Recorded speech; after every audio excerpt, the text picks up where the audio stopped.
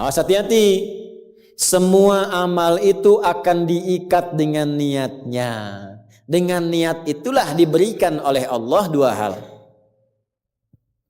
Satu, berpahala atau tidak. Jadi investasi akhirat atau tidak. Yang kedua, kesungguhan kita untuk mencapai itu. Jadi Bapak Ibu ini punya pekerjaan nih, ya. Serius tidaknya tergantung motivasi niatnya. Kalau Bapak niat bakal serius, kalau nggak niat gak akan serius. Anda jadi tentara nih, kalau niat betul jadi tentara akan sungguh-sungguh. Kalau nggak niat ya biasa-biasa saja, ada tugas kerjakan, nggak ada santai. Anda kuliah kalau niatnya benar, sungguh-sungguh belajarnya. Duduk paling depan, dengarkan dengan baik, catat, gak paham nanya. Makanya masuk dengan keluar beda. Masuk belum paham, keluar sudah paham. Ini duduk, masuk kelas, duduk di kursi barisan belakang. Duduk di kelas, bangku deretan belakang. Gitu kan, di dalam kelas penuh dengan obrolan. Dengan pikirin. Gak pernah nanya, pulang. Mau ujian, minggu tenang jadi minggu gelisah. Pinjam catatan teman. Nah itu belum niat, gak niat tuh kuliahnya. Ya, kalau mau niat tuh sungguh-sungguh pasti serius. Jadi semua pekerjaan itu akan jadi tercapai hasilnya kalau sungguh-sungguh, kalau serius. Serius. Ya, jadi kalau melamar sekali ditolak, kedua kali terus, 3 kali, 4 kali. Ya. Kalau tidak ada di tempat itu, cari tempat lain. Ada seorang pemain biola tingkat tinggi, itu biolanya saja harganya puluhan miliar. Kalau sekali konser, itu tarif konser biola itu bisa di atas 1-2 miliar. Tiba-tiba dia coba iseng ngamen di pinggir jalan. Ya, jadi kalau kita di kereta di New York itu ada stasiun, di situ suka ada yang ngamen-ngamen itu. Iseng beliau ngamen, gak ada yang tahu kalau itu pemain biola termahal di dunia. Begitu memainkan musiknya, bagus musiknya, yang dikasih cuma recehan. Sekian sen. Dapatnya berapa? Ya cuma sekian dolar, 4-5 dolar aja. Padahal ini kalau manggung tarifnya bisa 2 miliar. Tapi analisis komentarnya sangat luar biasa. Ternyata manusia itu, perhatikan, kalau ingin sukses harus pandai menempatkan diri. Dia dihargai murah itu karena di tempat yang memang tidak mengetahui siapa dia. Ketika dia menempatkan diri pada tempatnya, maka berharga nilainya di hadapan Allah. Jadi kalau Anda di satu tempat dianggap tidak bernilai, cari tempat lain. Mungkin di situ bukan tempat yang layak bagi Anda untuk menunjukkan siapa Anda. Tapi mesti serius. Itulah sebabnya ada sa'i. Apa itu sa'i? Ayo rali-rali kecil. Terus lari-lari besar apa? Maraton. Sa'i dari kata sa'a, artinya sungguh-sungguh, serius mencapai peluang, naik ke atas bukit untuk melihat dengan jernih ke rahmah, ya, lihat dari sofa sampai marwah dengan sifat rahmah. Marwah itu puncak tertinggi yang ingin diraih. Maka gunakan dengan sa'i, sungguh-sungguh serius. Kalau lihat peluang kejar walaupun dengan berlari. Kalau nyampe nggak ketemu, balik lagi walaupun sampai bolak-balik. Pada akhirnya pasti ditemukan yang cocok dengan kita. Sungguh-sungguh. Nah ini jadi kalau Anda ingin serius, ingin sukses, ya, mencapai sesuatu apapun serius. Yang sekolah serius nih, ya, perwira masuk mau sekolah serius, ya, jangan ngandalkan joki. Ayo serius supaya ilmunya benar, ya, urutkan. Anda juga sama nih yang di kampus-kampus dan sebagainya tuh, ya, kuliah yang betul. Kan mau Indonesia emas tuh 2045. Bagaimana bisa dapat emas kalau nggak sungguh-sungguh? Itu yang kemarin PON tuh, kalau nggak serius nggak dapat emas. Nah yang kedua begini, kalau cuman pakai yang pertama, yang belum beriman pun dapat itu. Terus faedahnya kita beriman apa? Ya, gini ya. Ini ada yang belum beriman, non muslim. Kerja serius. Anda sudah beriman, kerja serius juga, sama-sama serius. Dua-duanya sukses. Lalu manfaat imannya apa? Tuh. Jadi untuk menjawab pertanyaan begini, Pak abdi teh muslim. Nah non muslim teh tiasa sukses, kaya, abdi teh kaya. Saya sholat tapi nggak kaya-kaya. Nah itu pertanyaan yang salah. Supaya kaya itu penyebabnya bukan sholat, tapi serius, sungguh-sungguh. Kalau sungguh-sungguh kerja, sukses.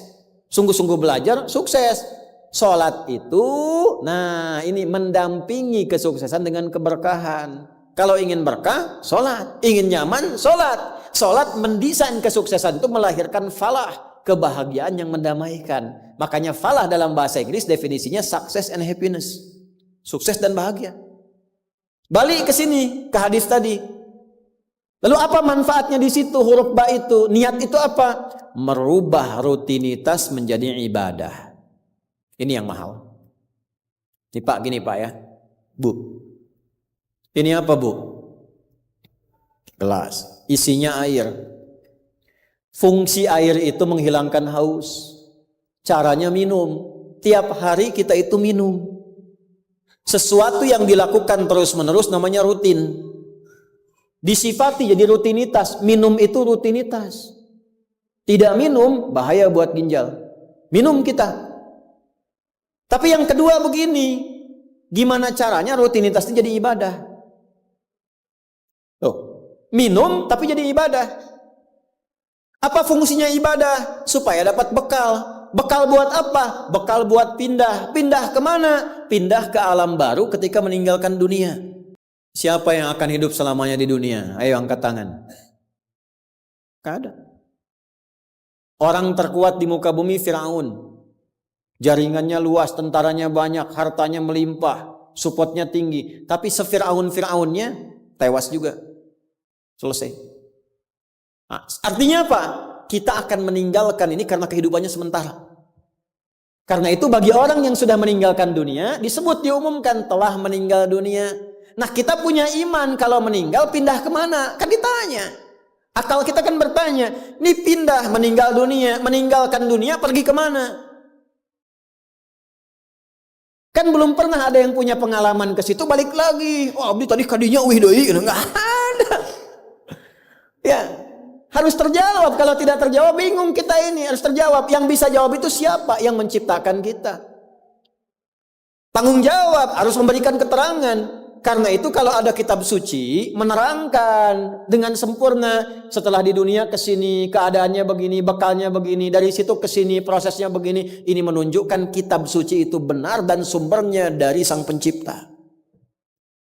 Dan berita baiknya, Alhamdulillah. Alhamdulillah, silahkan riset, silahkan komparasikan. Secara ilmiah, riset. Hanya Al-Quran yang menerangkan itu dengan sempurna.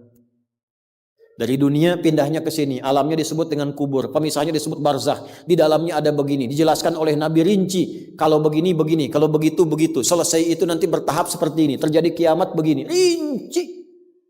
Kalau itu karya manusia, mustahil ada satupun manusia yang bisa berbuat seperti itu. Kita mau pindah nih, sekarang kita pakai logika yang betul. Hukum pindah itu harus bawa bekal. Ini yang ngaji semua di sini, enggak semuanya orang Bandung, orang Jakarta, tuh. Ya. Soreang mana Soreang? Masih subuh nanti pas maghrib Soreang tuh. Ya, Purwakarta mungkin kan. Ini enggak semua orang Bandung ini. Apakah Anda bisa nyampe ke sini kalau enggak ada bekal? Dari Bandung mau ke Jakarta mesti ada bekal. Beli tiket pakai kereta api cepat. Ya, kereta cepat, bus, tiketnya bekal. Pakai pesawat, bekal. Hukum mengatakan setiap pindah tempat mesti ada bekal. Ini Anda, saya, kita mau pindah dari dunia minimal transit ya waiting roomnya di alam kubur. Mau pindah, pertanyaannya bekalnya apa? Kan pindah tempat. Semakin berpindah tempatnya, semakin beda hukumnya.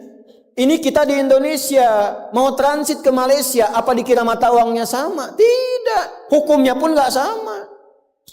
Orang Indonesia ke Singapura, hukumnya beda.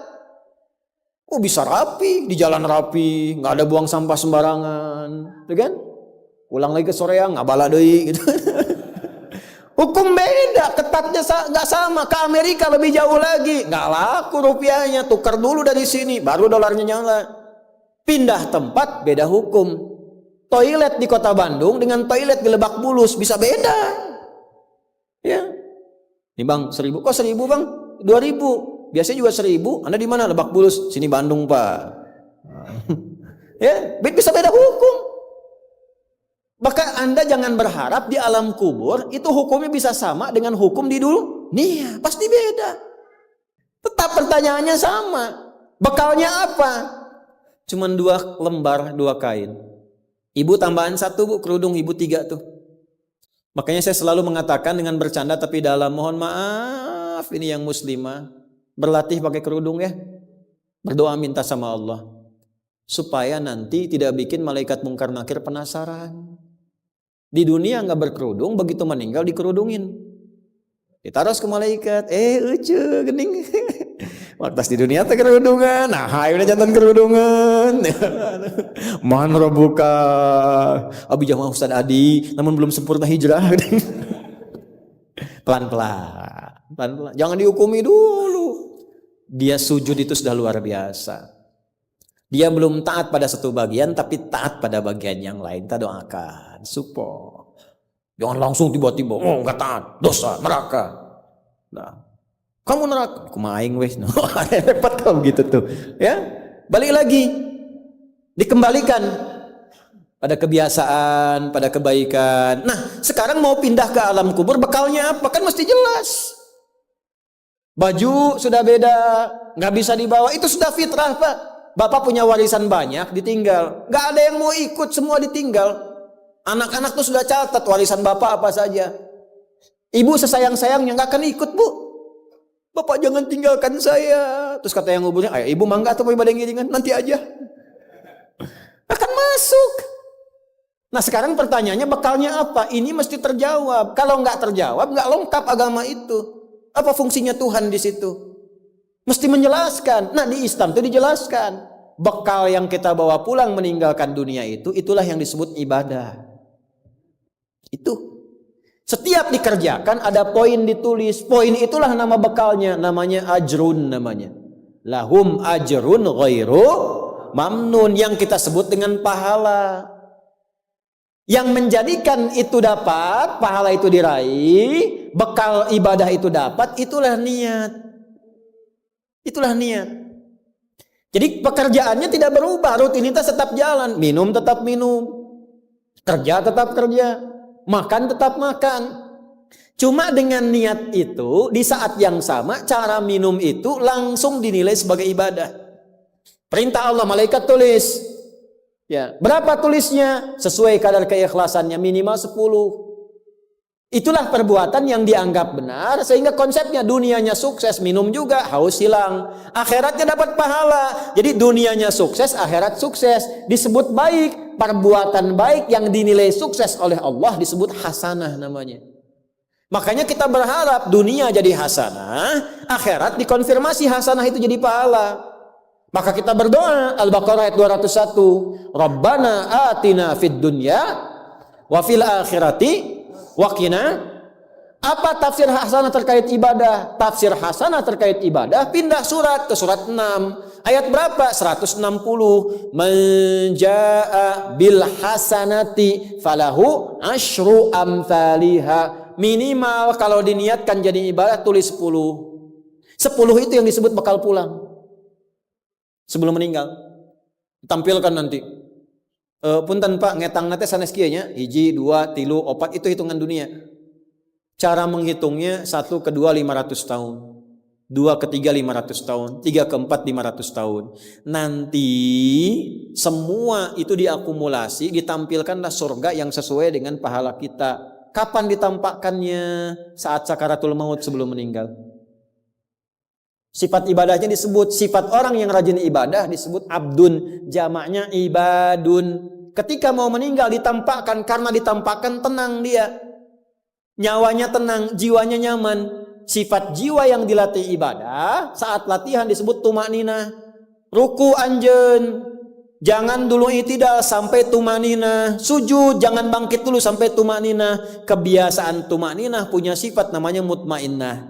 Makanya saat akan meninggal disebut ibadahnya, disebut mutmainahnya. Di mana? Quran surah 89 ayat berapa? Ayat 27 sampai 30. Ya ayyatuhan nafsul mutmainnah irji'i ila rabbiki radiyatan mardiyah fadkhuli fi ibadi, disebut ibadnya, wadkhuli jannati, ditampakkan surganya. Ini surganya anjeun teh ieu tina amalan-amalan yang telah dilakukan selama hidup.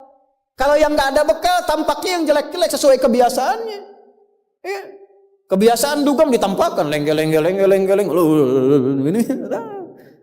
Bingung, la ilaha illallah, geleng lagi, la ilaha geleng lagi. Yang biasa tahlil, biasa ngaji, wafat sesuai kebiasaan, sesuai ajalnya. Tampak. Nah, sekarang untuk mencari bekal itu bagaimana? Niatkan menjadi ibadah. Itu fungsinya itu mahal. Pembuktiannya setelah meninggal. Kalau bapak nggak percaya, ibu nggak percaya, dipertanyakan imannya. Silahkan saja nanti lihat setelah meninggal. Ya, cara merubahnya bagaimana? Nanti ada 3 bagian. Karena itu kata Imam Syafi'i, hadis ini sepertiga ilmu. Ilmu itu dipraktikkan lewat amal, makanya hurufnya sama. Ain, lam, mim saat belajar. Ain, mim, lam ditukar, lamnya ke belakang, mimnya ke tengah. Saat diamalkan hurufnya sama. Orang yang mengerjakan itu ain pakai alif, lam dan mim, alimun. Tempatnya alamun, tanda-tanda orang itu kenal Allah, maka dia pakai ilmu. Ilmunya dia amalkan, hurufnya sama semua. Ilmun, amalun, alimun, alamun. Allah disebutnya apa? Rabbil alamin, jama alhamdulillahi rabbil alamin. Jadi kalau kita pakai ilmu, gunakan. Begitu digunakan, tuliskan pahalanya. Kata Imam Syafi'i, hadis ini sepertiga ilmu. Karena ilmu itu ada 3. Ilmu tentang lisan, ilmu tentang perilaku tubuh bagian luar, ilmu tentang hati. Semua perilaku kita bergantung 3 hal tadi. Contoh lisan. Panitia, kalau ada teh manis bagus banget itu. Enggak, ini contoh, bukan minta. Enggak, ini saya sudah ada minuman, enggak usah bikin teh manis. Contoh aja, contoh, ya. Kalau ada teh manis bagus banget itu. Itu lisan. Begitu lisan keluar, panitia langsung mikir, aduh, enggak dibikin tadi katanya. Maka coba di belakang dibikin, walaupun ustadznya bilang contoh, langsung bikin misal contoh gitu kan. Itu lisan. Kerjakan, siap kerjakan, komando, jalan, lisan. Jadi perilaku kita kadang bergantung lisan. Makanya ada ayat dan hadis tentang lisan. Hati-hati. Kepleset lisan lebih parah dibanding kepleset kaki. Bapak kepleset kaki bisa diluruskan lagi. Kepleset lisan lama Pak. Prajurit keluar dari sini, caci maki tuh panglima tuh. Jangan dipotong videonya ya, contoh ini mah, contoh. Kepleset lisannya, selesai karirnya. Kepleset kakinya, masih bisa berjalan. Maka lisan tuh ada hukumnya sepertiga bagian hidup kita. Kedua nih, ujung kepala sampai ujung kaki, tangan bergerak, kaki melangkah. Hati-hati.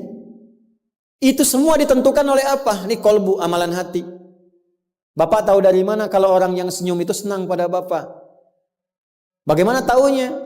Boleh jadi dia iri hati, di hatinya itu ada sesuatu. Nah, karena manusia bertindak dari 3 bagian ini, maka Imam Syafi'i mengatakan, inilah hadis sepertiga ilmu. Kalau paham hadis ini, sepertiga kehidupan kita tuh hatam. Kuncinya apa? Niatkan semua hal itu menjadi bagian ibadah, maka pekerjaannya berkah, akhiratnya dapat.